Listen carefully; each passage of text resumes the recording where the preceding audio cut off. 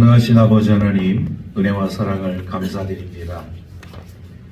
우리 사순절 넷째 주일로 우리 하나님께 예배할 수 있도록 은혜 베풀어 주신 거 감사를 드립니다.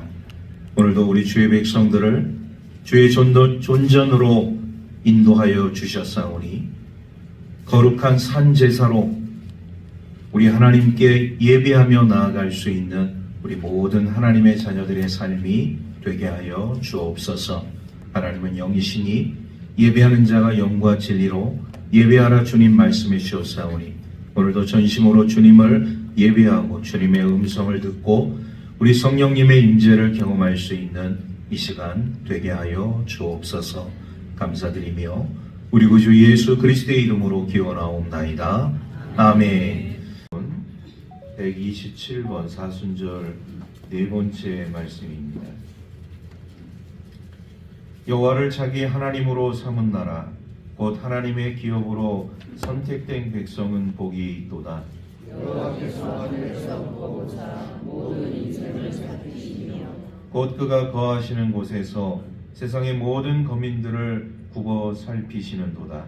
그는 그들 모두의 마음을 지시며 그들의 하는 일을 굽어 살피시는도다.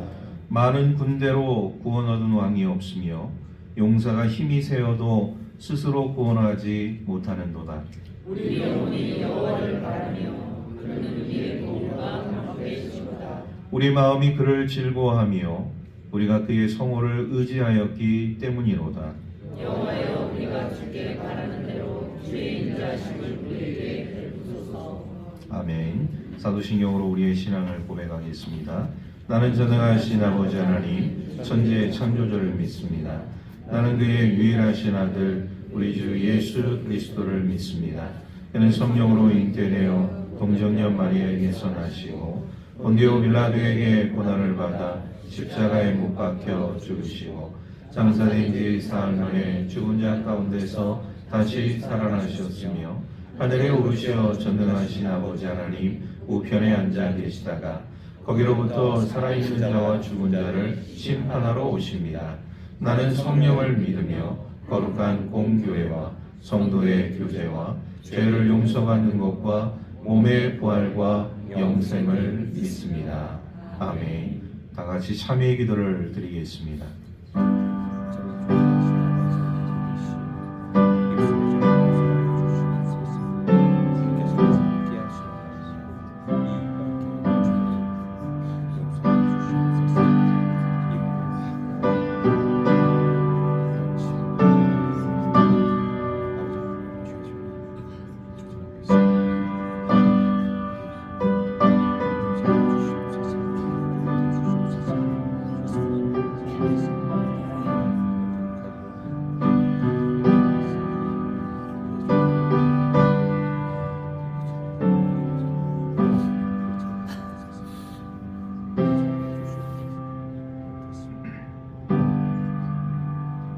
그가 우리를 흑암의 권세에서 건져내사 그의 사랑의 아들의 나라로 옮기셨으니 그 아들 안에서 우리가 속량 곧 죄사함을 얻었도다. 아멘.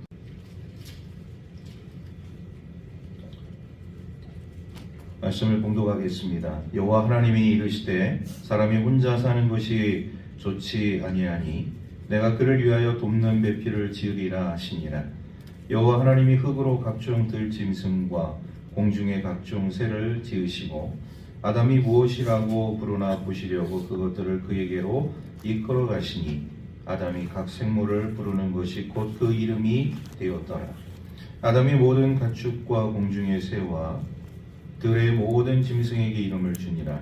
아담이 돕는 배필이 없으므로 여호와 하나님이 아담을 깊이 잠들게 하시니 잠들매 그가 그 갈빗대 하나를 취하고 살로 대신 채우시고 여호와 하나님이 아담에게서 취하신 그 갈빗대로 여자를 만드시고 그를 아담에게로 이끌어 오시니 아담이 이르되 이는 내 뼈 중에 뼈요 살 중에 살이라.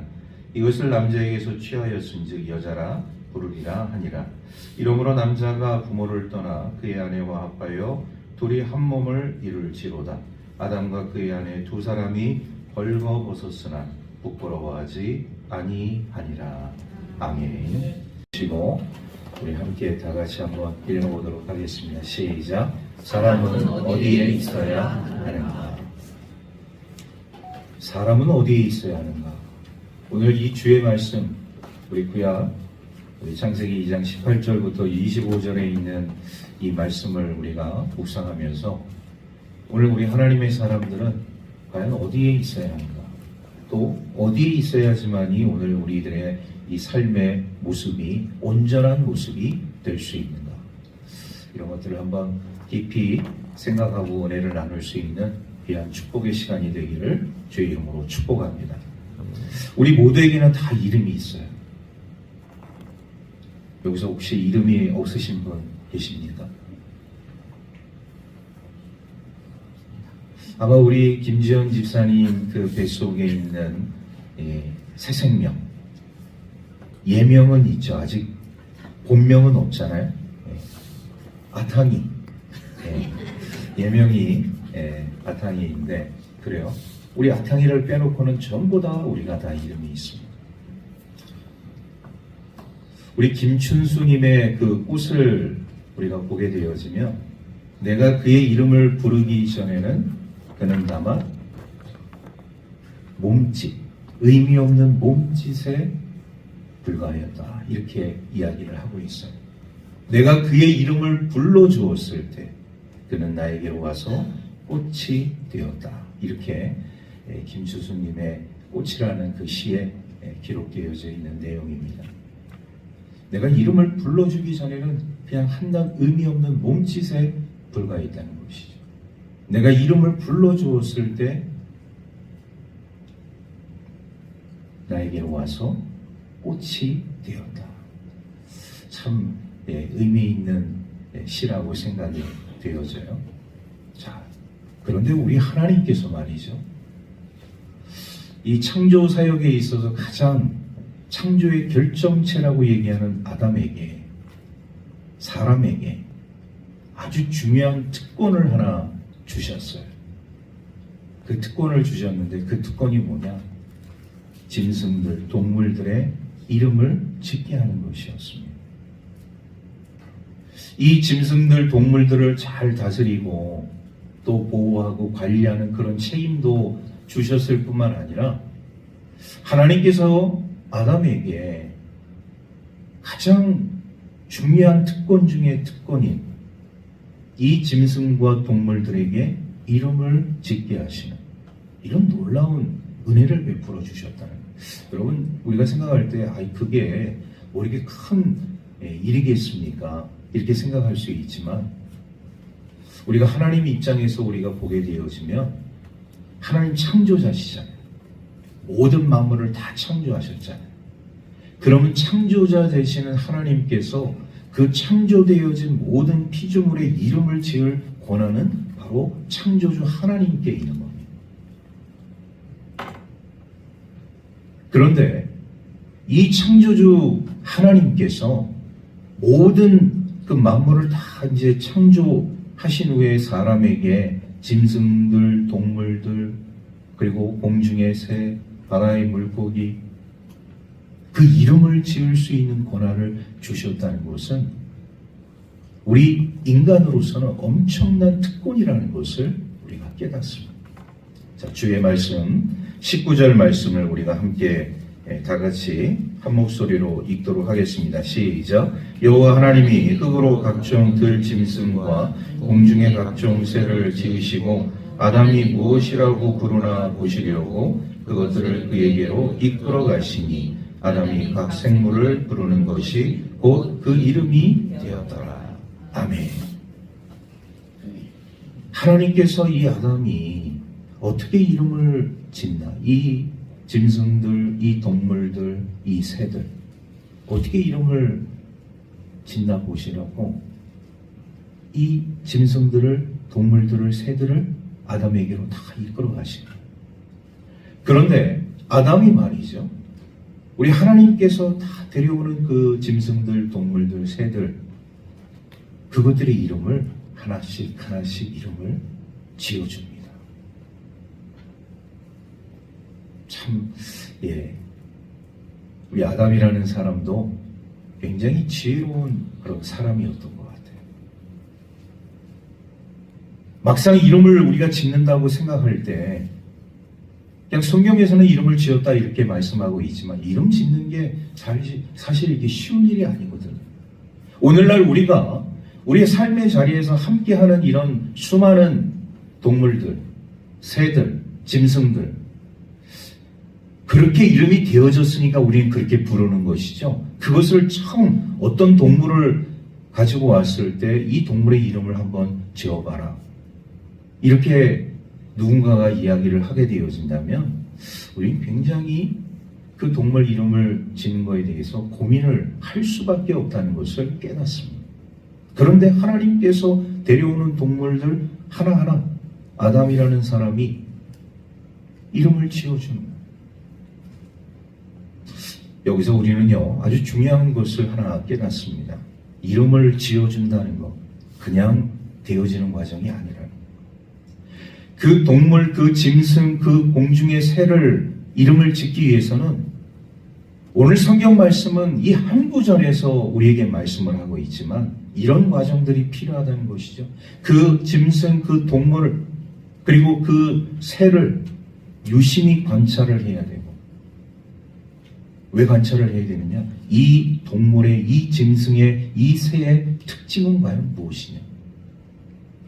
어떤 특징이 있고 다른 것과 어떻게 비교될 수 있으며 이 짐승은, 이 동물은, 이 새는 과연 어떻게 되어질 수 있느냐?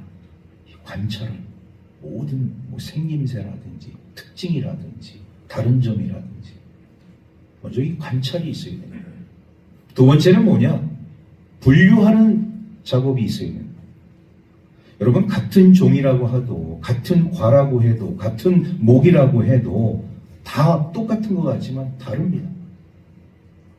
고양이과 동물들을 우리가 보게 되어지면 고양이과 동물들이 가지고 있는 특징들이 있어요. 그러나 다 똑같은 것은 아닙니다. 그 동물들 한 개체마다 가지고 있는 특징과 속성과 그리고 특이한 상황들, 다른 점들 다 있다는 것이죠. 그래서 잘 관찰하는 것도 중요하지만 분류하는 것도 중요합니다. 여기서 끝나지 않습니다. 관찰하고 분류를 했으면 마지막 작업이 뭐냐? 규명화 작업이 필요해요. 규명화 작업이라는 것은 내가 이렇게 관찰했고 이렇게 분류했기 때문에 이 동물을, 이 짐승을, 이 새를 나는 이렇게 부른다. 명명하는 것이죠. 소위 말해서 우리 주위에 가장 흔히 볼 수 있는 개들, 고양이들 이렇게 관찰하고 분류하고 규명화시켜서 그 이름이 오늘날 개가 되었고 고양이가 되었고 돼지가 되었고 소가 되었다. 어떤 것 하나 그냥 의미 없이 되어진 것은 아무것도 없다는 거예요. 오늘 이 19절의 말씀 속에서 하나님께서 이 아담이라는 최초의 사람에게 아주 중요한 일을 하나 맡기셨는데 그것은 이름을 짓는 일. 창조주 하나님께서 하셔야 할 일을 우리 사람 아담에게 이것을 위임해 주심으로 인해서 아담이라는 사람이 그 짐승들, 동물들, 새들의 이름을 하나씩 하나씩 다 지어주는 이 모습을 우리가 보게 되어집니다. 여러분, 우리 사람은요, 무엇으로 삶을 살아가는가? 여러 가지 것들을 생각할 수 있습니다. 그런데요, 오늘 우리에게 주어진 이름, 내 이름 석자, 아니면 두 글자, 네 글자, 몇 글자가 되든지 나에게 주어진 이 이름을 통하여서 나의 존재와 나의 의미와 나의 삶의 목적을 부여하게 되어지는 모습을 우리가 보게 되어집니다. 사람은 그 이름대로 삶을 살아가는 거예요. 그래서 이름을 지을 때 굉장히 신중하게 이름을 지어야 할 필요성이 있는 것이 바로 여기에 있는 것이죠. 이름을 막 짓지는 않습니다. 어느 부모도 이름을, 자기 자녀의 이름을 그냥 함부로 막 짓지를 않죠. 특히 우리 믿음의 삶을 살아가고 있는 우리 하나님의 사람들에게 있어서 여러분, 이 자녀들의 이름을 이제 우리 김영하 집사님도 김지현 집사님도 이제 자녀의 이름을 짓게 되어질 텐데, 저는 이제 자녀의 이름을 짓게 되어질 때 하나의 원칙이 있었어요. 어떤 원칙이 있었냐면, 성경적 인물은 그대로 내가 이름을 짓지는 않겠다. 이렇게 저는 생각을 했습니다. 원칙을 정했어요. 왜? 성경에 나와 있는 우리 믿음의 사람들의 이름은 너무나도 훌륭하고 아름다운데, 오늘 우리가 자칫 내 자녀의 이름을 그렇게 지어서 그 자녀가 그렇게 살아가기를 우리가 바라고 원하고 기도하지 않겠습니까? 그런데 다 그렇지는 않더라고요. 성경적 이름을 지었는데 감옥에 가 있는 사람도 있고, 성경적 이름을 지었는데 남의 입에 오르내리면서 좋지 못한 평가를 받는 사람들이 너무나도 이 세상에 많이 있다는 것을 저는 보게 되었어요. 그래서 저는 우리 자녀들의 이름을 짓게 되어질 때 성경적 이름을 짓지 않는 거로 이렇게 생각하고 이름을 지었습니다. 그만큼 이름이 중요하다는 것이죠.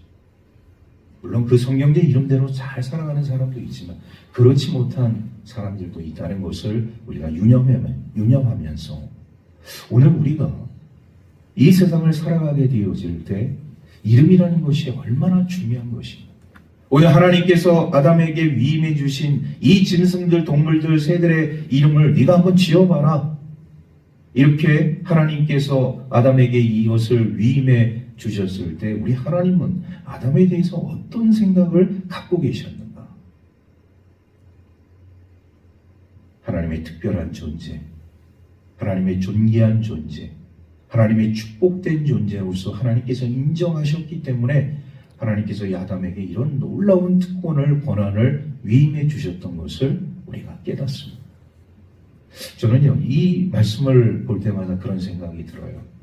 하나님께서 아담에게 위임해 주신 이 권한, 오늘 우리 이 땅을 살아가고 있는 우리 하나님의 백성들에게도 동일한 권한을 주셨다고 저는 믿습니다. 오늘 우리 하나님의 사람들이 하나님으로부터 위임받은 너무나도 놀라운 그런 권한들이, 특권들이 많이 있음에도 불구하고 이것을 10분 활용하지 못하는 일들이 얼마나 많이 있습니까?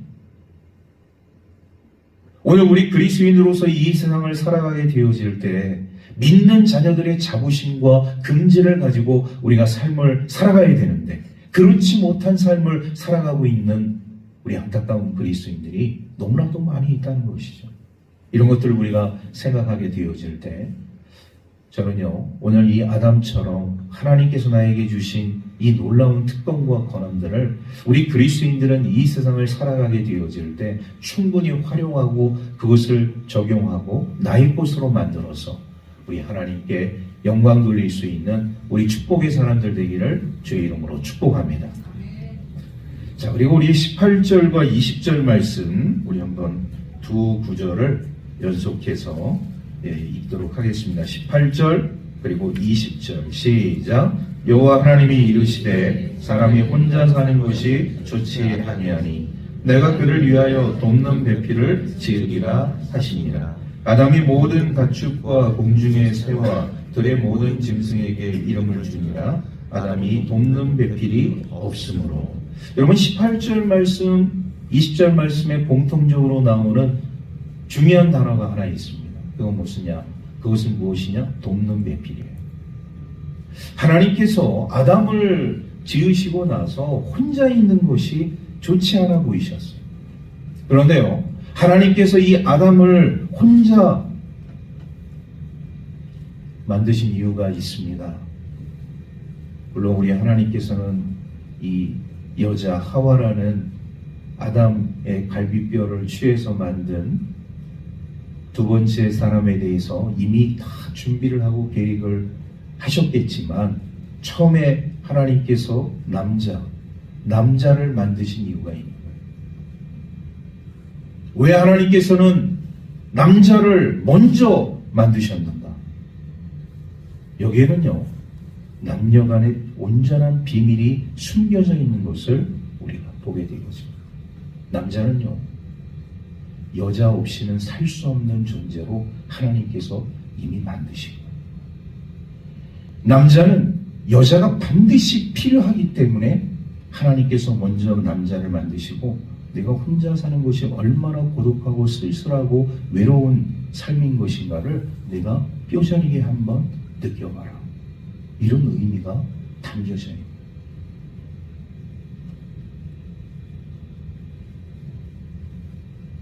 여기 계신 우리 모든 남자 성도님들 대부분 다 결혼을 하셨겠지만 여러분들의 이제 자녀들이 또 결혼을 하고 또 후손들이 결혼을 하게 되어지는 그 과정 속에서 남자의 삶을 살아가고 있는 우리 성도들의 삶 가운데 결혼이라는 문제를 접근하게 되어질 때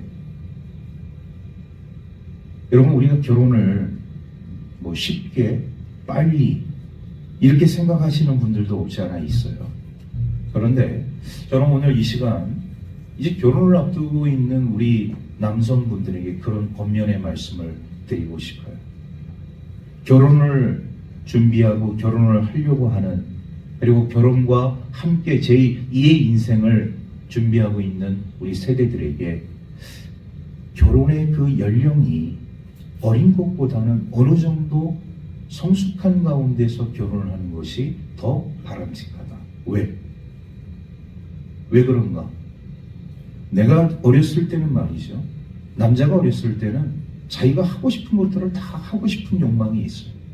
놀고 싶은 거, 즐기고 싶은 거, 그리고 가고 싶은 거, 다 하고 싶은 그런 욕망들이 있습니다. 그런데 이런 욕망들을 다 어느 정도 지내고 나게 되어지면 진지하게 고민을 한번 해보는 것이죠. 내가 이제 앞으로 결혼을 하게 되어질 때 나는 어떠한 삶을 살아야 할 것인가? 아내를, 자녀들을 건사하게 되어질 때, 가정을 건사하게 되어질 때 나는 어떠한 삶을 살아야 할 것인가? 그리고 제일 중요한 배우자를 만나게 되어질 때 나는 어떤 마음으로 배우자를 만나게 될 것인가? 이제 이런 것들을 놓고 우리 남성분들이 생각을 하게 되어질 때 더 간절한 마음이, 나이가 들면 들수록 더 간절한 마음이 생길 수 있다. 그런 상태에서 결혼을 하게 되어지면 아내에 대한 생각이, 배우자에 대한 생각이 내가 어렸을 때, 못 모르고 결혼했을 때, 철부지 때 결혼했을 때 하고 생각이 좀 다른 것을 우리가 보게 되어집니다. 그래서 결혼은 굉장히 신중해야 하는 것이죠. 특별히 우리 남성분들에게 있어서 이 결혼이라는 것이 왜 이 중요한 것인가? 창조의 질서이기 때문입니다. 하나님께서 동시에 남자와 여자를 동시에 창조하실 수 있었어요. 그런데 순차적으로 먼저 남자를 창조하시고 그 다음에 여자를 창조하셨다는 것이죠. 그래서 오늘 우리 그리스도인들의 삶 가운데, 특별히 우리 남성분들의 삶 가운데 있어서 이 결혼이라는 것은 배우자를 향한 온전한 마음과 준비된 그 삶을 통하여서 결혼을 하는 것과 그렇지 않은 상태에서 결혼을 하는 것은 하늘과 땅 차이라는 것을 우리가 깨닫습니다. 그리고 더 중요한 것은 뭐냐? 그럼에도 불구하고 부족한 것이 많이 있다는 것이죠. 아무리 준비하고 더 훈련되어지고 더 예비된 삶을 살더라도 사람이라는 존재는 완벽할 수가 없기 때문에 서로 남자와 여자가 결혼을 하게 되어질 때 중요한 것은 돕는 배필로서의 삶을 살아가는 것이 중요한 것이다. 서로 상호 보완적 역할을 하게 되어진다는 것이다. 남자의 부족한 면을 여자가 채우고 여자의 부족한 면을 남자가 채우는 상호 보완적, 이런 관계 속에서 돕는 배필로서 우리가 한 가정 그리고 부부의 삶을 살아가게 되어지면 이것처럼 아름다운 삶이 없다는 것을 우리가 깨닫습니다. 그런데 성경은요, 결혼에 있어서 굉장히 남성들에게 중요한 그런 의미를 많이 부여하고 있어요. 이 돕는 배필도 남자가 일방적으로 여자를 도와주거나 여자가 일방적으로 남자를 도와주는 그런 돕는 배필이 아닙니다. 서로가 상호적으로 부족한 부분들을 도와주는. 여러분, 결혼을 하게 되어질 때 꼼꼼한 성격을 갖고 있는 사람은 그 배우자가 좀 털털한 면을 갖고 있는 모습을 보게 되어집니다. 반대로 털털한 성격을 갖고 있는 사람은 그 배우자가 아주 꼼꼼한 사람이라는 것을 우리가 보게 되어집니다. 같은 성격의 소유자가 결혼을 하는 예 별로 없다는 것을 우리가 보게 됩니다. 그것은 무엇을 의미하는 것입니까? 서로 보완적인 요소를 상대방에서 찾는 것이죠. 남자가 부족한 점, 여자가 부족한 점, 그것을 상대방의 배우자에서 보완하고 또 그것을 더 강화시켜서 아름다운 부부의 삶을 살아가게 되어지는 모습을 우리가 보게 되는데, 특별히 성경은 이런 가정생활에 있어서, 부부생활에 있어서 우리 남성들의 역할을 더 굉장히 극대시하는 모습을 보게 되어지고, 하나님께서도 주의 말씀을 통해서 남자에게 주신 사명이 있어요. 우리 한번 신약에 있는 말씀을 찾아보도록 하겠습니다. 에베소서 5장 28절 29절 말씀이에요. 신약성경 에베소서 5장 28절 29절 말씀.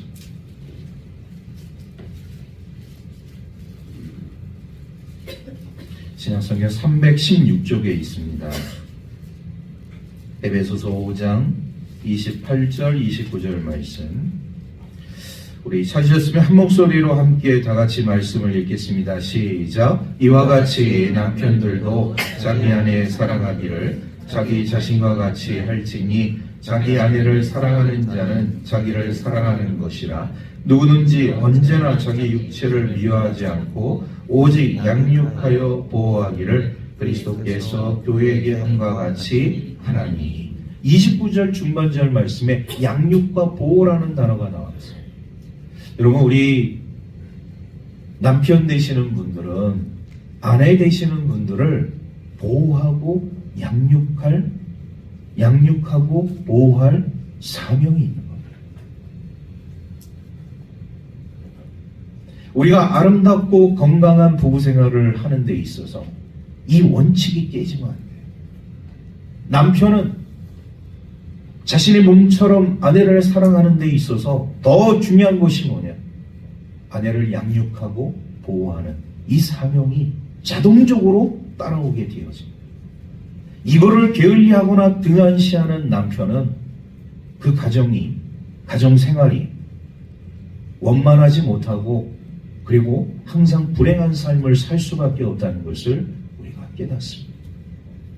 남편 되시는 우리 성도님들, 지금 그렇게 살아왔으니까 목사님 저는 그냥 이대로 살렵니다, 이렇게 하시는 분들도 있겠지만, 다시 한번 잘 생각하셔서, 그래, 내가 남편으로서 아내를 어떻게 대해야 할 것인가, 잘 양육하고 보호하는 이 삶을 내가 인생 마지막까지 잘 한번 책임지면서, 하나님께서 그렇게 말씀하셨으니까 나도 그 말씀에 순종하는 마음으로 그렇게 한번 살아보겠노라고 다짐을 하신다면, 여러분들의 앞으로의 그 가정생활과 부부생활이 행복한 가정생활과 부부생활이 될 줄로 믿습니다.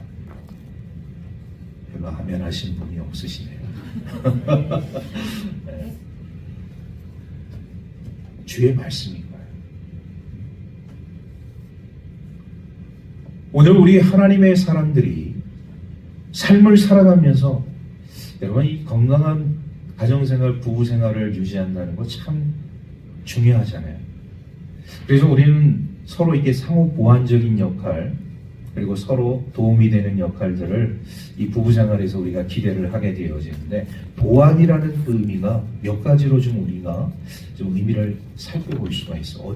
어떤 쪽에서 보완을 해야 되느냐? 첫 번째는 성격적인 보완이에요. 성격적인 보완. 성격이 다 똑같지 않잖아요. 각기 다른 인생을 살아오다가 만나서 서로 사랑해서 결혼을 해서 삶을 살아가게 되어질 성격이 다 다릅니다. 남편의 성격, 아내의 성격. 그러니까 예전에 예능 방송에서 말이죠, 할머니가 나와서 남편 되시는 분에게 질문을 했잖아요. 할머니, 남편 되시는 분은 어떤 분이십니까? 그러니까 평생 원수라고 이렇게 얘기를 하실 정도로, 그것은 뭐냐? 성격이 그만큼 안 맞아요. 성격. 평생 왼수. 여러분, 삶을 살아가면서 왜 평생 왼수가 되어야 됩니까? 하루를 살아도 사랑하기 부족한 그런 삶인데, 원수로서의 삶을 살아가서는 안 되잖아요. 근데 그 할머니는 성경 말씀을 잘 알고 있었던 것 같아요. 왜?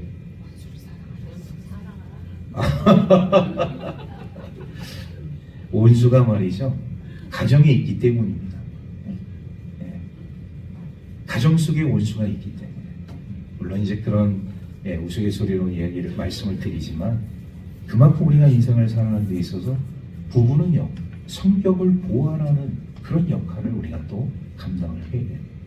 그럼 또 보완적인 역할은 어떤 보완적인 역할이냐? 성적인 보완 역할을 감당해야 합니다. 여러분, 이 부부 생활, 가정 생활이 원만해야지만이 삶을 살아가는 데 있어서 아름다운 삶을 살아갈 수가 있습니다. 사회생활도 그렇고 가정생활도 그렇고 서로 간의 성적인 보완이 잘 이루어지지 않으면 항상 불평, 불만이 쌓일 수밖에 없는 것이죠. 어느 유명한 목사님이 부순이 넘어서 이런 말씀을 하신 적이 있어요. 내가 이렇게 신앙적으로, 건강적으로, 도덕적으로 내가 이렇게 문제없이 잘 올 수 있었던 것 중에 하나는 아내의 역할이 컸다는 그런 이야기를 하셨어요. 그런데 그 목사님의 그 아내는 사모님이죠. 악처였습니다.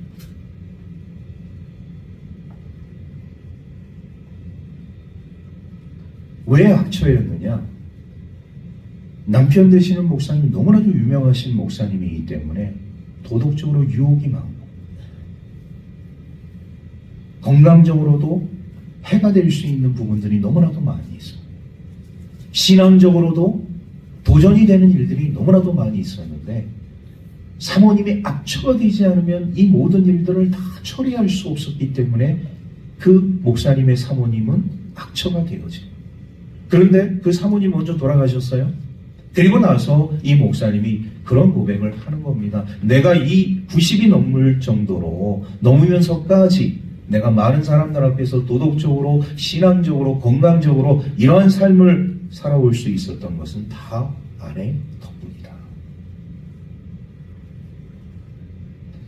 여기 계신 우리 여자 성도님들에게도 제가 그런 당부의 말씀을 드리면 여러분들이 어떻게 생각할지 모르겠어요. 남편을 위해서 악처가 되시라고 이렇게 말씀을 드리면은 여러분들은 어떻게 생각할지 모르겠지만 우리가 신앙생활 하면서 그 말을 잘 유념을 해야 한다는 것이죠. 그만큼 우리 남편들을 노리고 있는 세상의 유혹과 그런 세상의 물결들이 만만치 않다는 거예요. 뭐 시골에서 사는데 뭐 그런 게 있겠습니까, 목사님? 이렇게 생각할 수도 있겠지만 여러분, 사탄의 역사는요, 도시와 시골을 구분하지 않습니다. 어디에서도 다 그런 일들이 벌어질 수 있는 거예요. 이런 성적인 보완적인 역할. 또 하나, 사회적 보완적인 역할이 있는 거예요. 부부가 사회적으로 잘 독립을 해서 아름다운 삶을 살아갈 수 있도록 서로 남편이 아내가 지지해주고 격려해주고 세워주는 것이 가장 중요한 보완적인 역할이 있는데 그것은 뭐예요? 영적인 보완적인 역할이 있다. 여러분, 부부라고 해서 다 신앙이 다 똑같이 좋으면 얼마나 좋겠습니까? 그런데 때로는 남편이 신앙이 좋을 때도 있고 때로는 아내가 신앙이 좋을 때도 있고 그러면 신앙이 좋지 못한 배우자를 그냥 뭐 내버려 둘 수는 없잖아요. 서로가 보완해 줘야죠. 신앙이 좋은 남편은 신앙이 없는 아내를 위해서, 신앙이 좋은 아내는 신앙이 없는 남편을 위해서 서로 헌신하고 희생하고 도움을 줄 수 있는 보완적인 역할을 잘 감당하게 되어질 때 이것이 바로 돕는 배필로서의 삶을 살아가게 되어지는 것을 우리가 깨닫습니다. 우리 주의 가정들이 이렇게 돕는 배필로서 행복한 삶을 살아갈 수 있기를 주의 이름으로 축복합니다.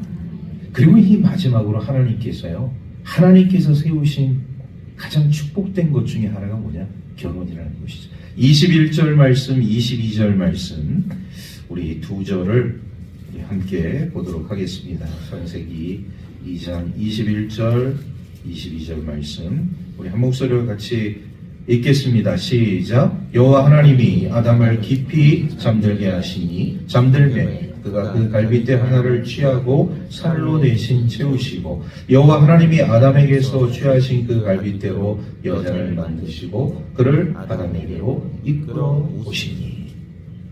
여러분이 21절 22절 말씀을 보면 참 놀라운 비밀을 또 우리가 깨닫게 되어지. 여자는 어디서부터 오게 되었는가? 성경은 그것을 우리에게 바르게 가르쳐주고 있어요. 여자는 땅 끝에서부터 온 게 아닙니다. 여자는 누구에서부터 오게 되었다고요? 아담의 갈비뼈. 다시 말씀드려서 남자의 갈비뼈. 남자에게서부터 여자가 왔다는 사실. 이거를 우리가 잘 이해하잖아요. 그러면 남자가 여자와 여자와 남자가 싸울 필요도 없고 갈등을 유발할 필요도 없고 저주할 필요도 없고 원수라고 생각할 필요도 없습니다. 왜 그렇습니까?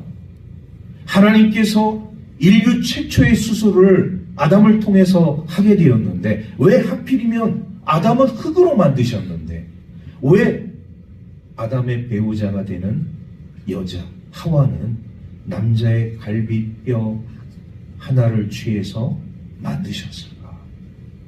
하나님은 그냥 일을 행하시는 일이 없으세요. 하나님의 일은 항상 의도가 있고 목적이 있고 계획이 있다는 것을 우리가 깨닫습니다. 여러분, 우리 신체 가운데에서 이 갈비뼈는요 굉장히 중요한 역할을 하게 되어지죠. 우리 갈비뼈가 보호하는 기관들이 있습니다. 가장 중요한 심장, 간, 홍파 이런 중요한 기관들을 갈비뼈가 다 보호하고 있습니다. 그런데 그 뼈 중에 하나를 우리 하나님께서 아담의 갈비뼈 하나를 취하셔서 여자를 만드셨다. 그것은 무엇을 의미하는 것이냐? 여자는 이만큼 중요한 기관을 보호하고 있는 갈비뼈처럼 소중한 존재라는 것을 우리에게 말씀해 주고 있습니다. 그러니 하나님께서 이 아담에게 여자를 주시게 되어질 때 네가 정말로 여러분 갈비뼈가 한번 이게 뭐 금이 가거나 부러지게 되어지면 엄청나게 통증이 있고 아프잖아요.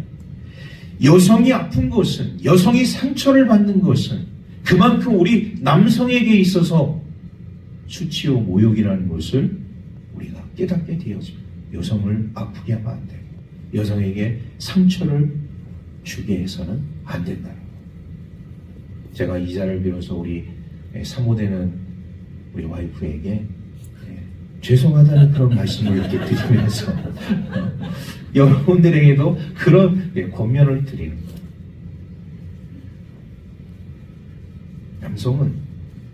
남편은 아내에게 상처를 주거나 아프게 해서는 안 돼요. 여자의 눈에서 피눈물이 나오게 해서는 안 된다. 이게 성경적인 진리입니다. 내 소중한 내장을 보호하고 있는 그 갈빗대와 같은 역할을 하고 있는 아내이기 때문에 더 소중히, 더 많이 사랑해주고 아껴주고 보호해주고 양육해주고 이런 남성들이 나중에 노후 생활이 보장받을 수가 있어요. 소위 말해서 참 우스갯소리이지만은 이사를 가게 되어질 때 남자들이 꼭 붙들어야 할 것 중에 하나가 뭐냐면 뭘 붙들어야 될까요? 애완견. 애완견을 버리지 않으니까. 남편은 버릴 수 있어도 애완견을 버리지 않는다는 거예요. 이런 우스갯소리가 있지만 그러나 여러분 우리 성경적인 진리로 이렇게 아내에게 상처 주지 않고 아내의 눈에서 피눈물 나오지 않게 하고 아껴주고 사랑해주고 보호해주고 양육해주면은 그 애완견 뒤로 하고 남편을 먼저 앞자리에 태우고 갑니다. 그건 제가 보장할 수 있어요. 저도 앞으로 좀 그렇게 살아보려고요. 하나님이 주신 이 아름다운 결혼, 하나님의 법도, 하나님의 제도권 가운데서 가장 중요한 하나님의 지침이라는 것을 우리가 생각하게 되어질 때, 여러분, 왜 남자가 여자를, 여자가 남자를 이렇게 사랑해서 한 가정을 이루고 결혼을 해야 하는 것인가를 우리는 이 진리의 말씀을 통해서 깨닫습니다. 말씀을 정리합니다. 사람은 어디에 있어야 하는가? 저는 결론적으로 그런 말씀을 드리고 싶어요. 남자와 여자의 이야기인 것 같지만 아닙니다. 그리스도와 우리와의 이야기인 거예요. 내가 주님 안에, 주님이 내 안에, 내 삶 속에 늘 주님이 함께 계심으로 인하여서 나의 삶이 복되고 아름다운 삶을 살아가게 되어지면, 하나님께서 오늘 우리들의 삶 가운데 놓여져 있는 남자와 여자, 결혼의 문제, 모든 우리 삶의 문제에 있어서는 하나도 문제낼 곳이 없다는 것을 우리에게 가르쳐주고 있습니다. 우리는 다 의미 없는 존재였지만 하나님께서 우리에게 의미를 부여할 수 있는 특권을 주셨고, 그리고 아담은 그 특권을 잘 준행하면서 삶을 살았다는 것이죠. 오늘 우리 하나님께서 우리 그리스도인들에게 주신 특권이 있고 사명이 있고 삶의 지침이 있습니다. 그 말씀 잘 준행하면서 삶을 살아가게 되어지면 우리는 더 복되고 아름답고 형통한 인생을 살아가게 될 줄로 믿습니다. 저와 여러분들이 다 우리 주님 안에, 그리고 말씀 안에 항상 거하는 삶을 통하여 하나님께 영광 돌리시기를 주의 이름으로 축복합니다. 하나님 감사합니다. 오늘도 거룩하고 복된 주님의 날을 저희들에게 허락하여 주셔서 영광의 주님 앞에 나아갈 수 있도록 인도하여 주시는 애 감사를 드립니다. 사람은 어디에 있어야 하는가?